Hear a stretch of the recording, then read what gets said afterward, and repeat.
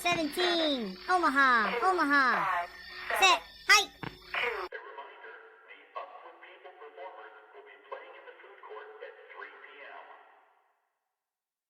I'm Alien Adam. It's time for part 6 of In the Beginning. Now let's get it.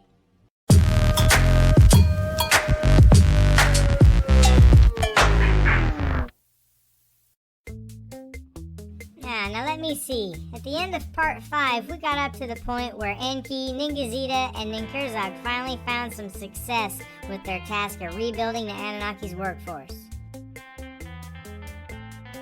They had several failures before they found the right combination, but now that they had a working specimen, they wasted no time in recruiting more Anunnaki females to carry more of these primitive worker beings. Basically, they made clones of Adamu. In all, they produced 7 males. Enki would implant the eggs he had extracted from the Neanderthal females into the surrogate Anunnaki females just after he artificially inseminated them. Just like before, when Ninhurzag carried Adamu, they waited the appropriate length of time and the babies were born. Again, they were successful. All of the babies were healthy and everything was working correctly.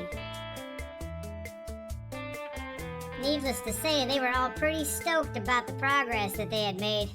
At least until they started calculating how long it was going to take to rebuild the workforce using this method. At that point, they realized carrying them one at a time was going to take seemingly forever to repopulate the workforce.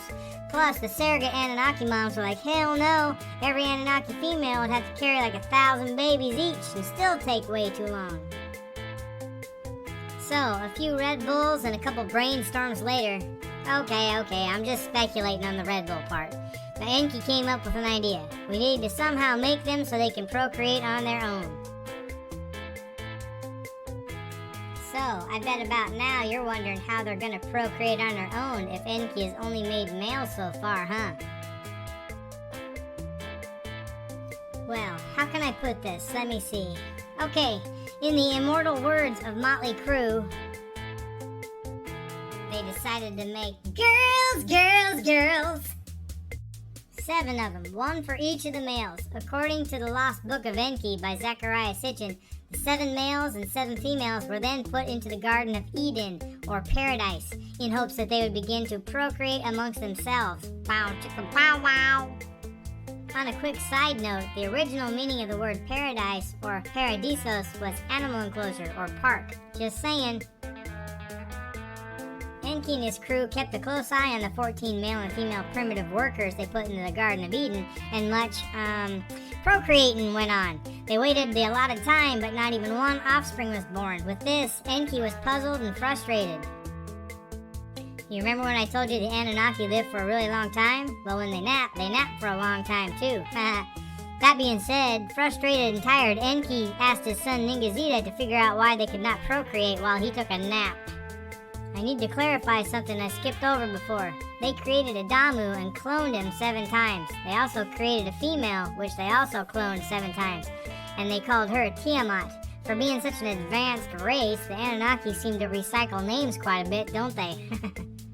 This is where you get Adam and Eve in the Bible. Adamu was Adam, Tiamat was Eve. Oh hey look, they even have Enki in there. Or at least what the Bible described Enki as. Anyways, back to Ningazita. He was trying to figure out why they couldn't reproduce. While looking at the DNA, he discovered that a couple more chromosomes from the Anunnaki DNA were needed in order to enable them to procreate. So after some tweaking and adjusting a bunch of stuff, Ningazita was able to turn up the juice a little bit on the DNA, and voila! Now they have themselves a self-replicating workforce. Now, here's where it even gets more interesting. When Ningazita added the 2 extra DNA pieces from the Anunnaki so the primitive workers could procreate on their own, he unknowingly turned up the juice on the humans' intelligence too.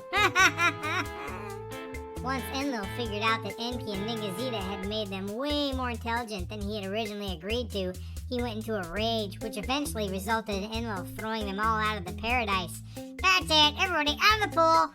Get out now! I mean it! Whoa, take it easy there, Enlil. Uptight much? I guess somebody's never heard of the benefits of medical marijuana before. Anyways, moving on. I'm not sure if you caught them or not, but have you noticed the similarities between the crap that Enlil did and the stuff that Yahweh did in the Old Testament of the Bible?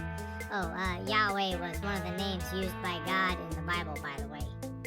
Okay, my favorite humans, it's about time for me to get on my rocket ship to out of here for now, but in part 7 of this series, I'll continue unfolding the nature of the Anunnaki's relationship with humanity and the behaviors and attitudes of mainly Enki and Enlil towards mankind.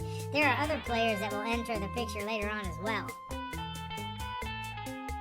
Well, that's a wrap for part 6. Like always, I'll put links in my description to my references and other cool alien stuff. Until next time, I'm Alien Adam. Please like, share, and subscribe to my channel to get all my new videos. We'll see you in part 7.